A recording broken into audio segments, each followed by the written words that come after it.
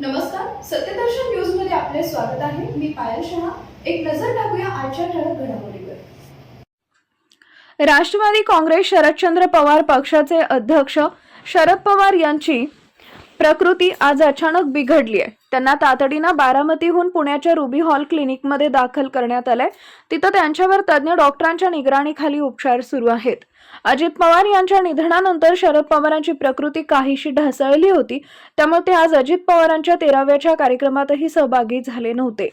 पण तब्येत फारशी सुधारणा न झाल्यामुळे त्यांना तातडीने रुग्णालयात दाखल करण्यात आले आहे। अजित पवार यांचा 28 जानेवारी रोजी बारामती इथं झालेल्या भीषण विमान अपघातात निधन झालं होतं। त्याचा मोठा धक्का शरद पवारांसह त्यांच्या कुटुंबियांना बसला होता।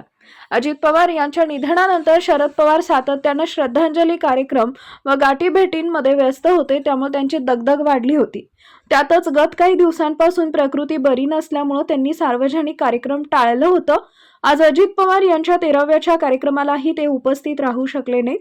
त्यांनी घरीच विश्रांती घेणं पसंत केलं होतं। पण त्यानंतर ही प्रकृतीत अपेक्षित सुधारणा न झाल्यानं अखेर डॉक्टरांच्या सल्ल्यानुसार त्यांना पुण्यातील रुबी हॉल रुग्णालयात हलवण्याचा निर्णय घेण्यात आला आहे। त्यानुसार शरद पवार यांना बारामतीहून पुण्यात आणण्यासाठी विशेष वैद्यकीय व्यवस्था करण्यात आली।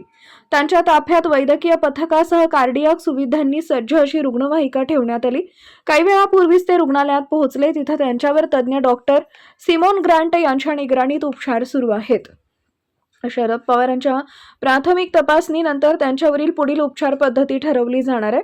गरज भासली तर त्यांना रुग्णालयात ॲडमिटही केलं जाईल। सूत्रांच्या माहितीनुसार शरद पवारांना खोकल्याचा त्रास होतोय।